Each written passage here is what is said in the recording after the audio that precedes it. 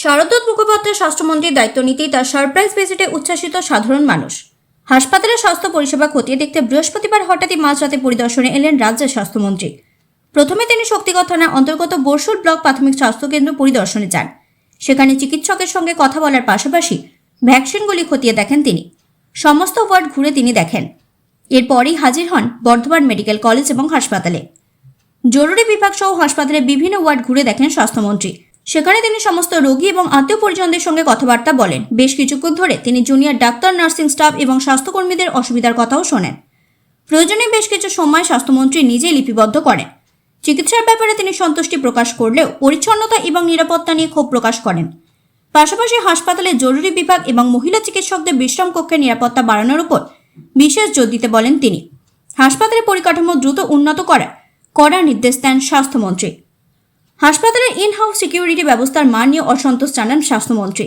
তার বক্তব্য, গোটা জেলার নিরাপত্তার দায়িত্বে থাকা পুলিশের পক্ষে সবসময় হাসপাতালের নিরাপত্তা নিশ্চিত করা সম্ভব নয়, তাই হাসপাতালের নিজস্ব নিরাপত্তা ব্যবস্থা আরও শক্তিশালী করার প্রয়োজন আছে। স্বাস্থ্যমন্ত্রী এদিন আরও জানান, নার্সিং স্টাফের ঘাটতির কথা উঠে আসে তার বক্তব্যে। বিশেষ করে জরুরি বিভাগে আরও বেশি নার্সিং পরিষেবার প্রয়োজন রয়েছে বলে জানিয়েছেন তিনি। একই সঙ্গে চিকিৎসক এবং নার্সদের কাজের পরিবেশ নিয়েও গুরুত্ব দেওয়ার কথা বলেছেন তিনি। এখানে অসুবিধা আবারও একই, পরিচ্ছন্নতা। আমি আমার জুনিয়র ডাক্তার ভাই বোনদের বা ছেলে মেয়েদের সঙ্গে কথা বললাম, তাদের সুবিধা অসুবিধা জানলাম। আজকে যদি ডাক্তার এবং নার্সিং স্টাফেরা ঠিক না থাকে, তারা যদি ঠিক জায়গা না পায় বসার, ঠিক কাগজ না পায় লেখার, ঠিক বিছানা না পায় রেস্ট নেওয়ার, তাহলে পরিষেবা দিতে পারবে না। নার্সিং স্টাফের অভাব দেখলাম, এমার্জেন্সিতে আরো বেশি নার্সিং পরিষেবা দেওয়ার কথা। ডাক্তার পর্যাপ্ত, সুশিক্ষিত, পরিষেবা খুবই ভালো দিচ্ছেন, কিন্তু তাদের কিছু কিছু অভাব এবং আবদার দুটো আছে। খালি অভাব না, আমি তো ওদের বাপ মায়ের মতো, তো ওদের আবদারও আমাকে শুনতে হবে, সেগুলো ওরা বলেছে। মহিলাদের যে লেডি ডাক্তারদের যে রেস্টরুমটা আছে, সেটা সিকিউরিটির অভাব দেখলাম। পুরো এমার্জেন্সি বিভাগে আভ্যন্তরীণ সিকিউরিটির অভাব দেখলাম। হাসপাতালে সিকিউরিটি প্রদান করছে কোনো কোম্পানি আছে কিনা বুঝতে পারলাম না। যদি থেকে থাকে তাহলে বলবো সেটার পরিষেবা আমি খুশি হইনি, আমি দুঃখিত। হাসপাতালের ইন হাউস সিকিউরিটির পরিষেবা খুব খারাপ। এক্সপেক্ট করি না যে আমাদের জেলা পুলিশ সর্বত্র দেখবে, সম্ভব না। জেলা পুলিশ পুরো জেলা দেখার দায়িত্বে আছে, তাদের পক্ষে হাসপাতালের সুরক্ষা প্রদান করা খুব টাফ। রাতবারে সাংবাদিকদের আর প্রশ্ন না করার অনুরোধ জানিয়ে হাসপাতাল থেকে বেরিয়ে যান স্বাস্থ্যমন্ত্রী। তবে যাওয়ার আগে স্পষ্ট করে দেন, পরের বার কোথায় আচমকা পরিদর্শনে যাবেন তা তিনি নিজেও জানেন না। তার কথায় পরিষেবা খতিয়ে দেখতে এই আকস্মিক পরিদর্শন চলবে। পরবর্তীকালে আমি যখন আবারও আসবো তখন সুরক্ষা নিয়ে চিন্তিত থাকবো। মেয়েদের হোস্টেলে কিরকম কি পরিষেবা আছে সুরক্ষার, সেটা দেখতে হবে। চিকিৎসার পরিষেবা, আমি যে অনেকগুলো রোগীর সঙ্গে কথা বলেছি, খালি যে নিজে ডাক্তার এবং সিস্টারের কথা বললাম না, রোগীরা এখন অব্দি একটিও রোগী বরশুলের হোক আর বর্ধমান মেডিকেল কলেজের হোক নেতিবাচক কিছু বলেননি, ইতিবাচকই বলেছেন। তারা সবাই খুশি।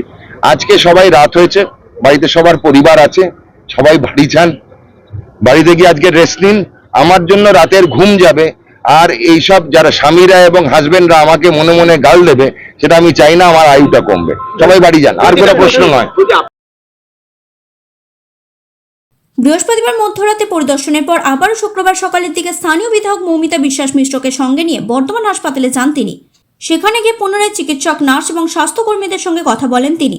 স্বাস্থ্যমন্ত্রীর বারবার এই হসপিটাল পরিদর্শনে খুশি রোগী এবং রোগীর পরিজনেরা।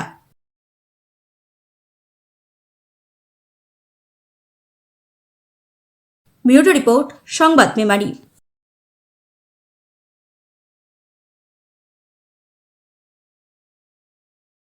আপনারা দেখছেন সংবাদ মেমারি। সংবাদ মেমারি সময়ের সাথে এগিয়ে থাকে। নমস্কার, আমি কৃতিকা আর তোমাদের প্রিয় রাখি। তোমরা সবাই অবশ্যই সংবাদ মেমারির পর্দায় চোখ রাখবে, কারণ সংবাদ মেমারি নিয়ে আসছে সংবাদ মেমারি পুজোর আগে।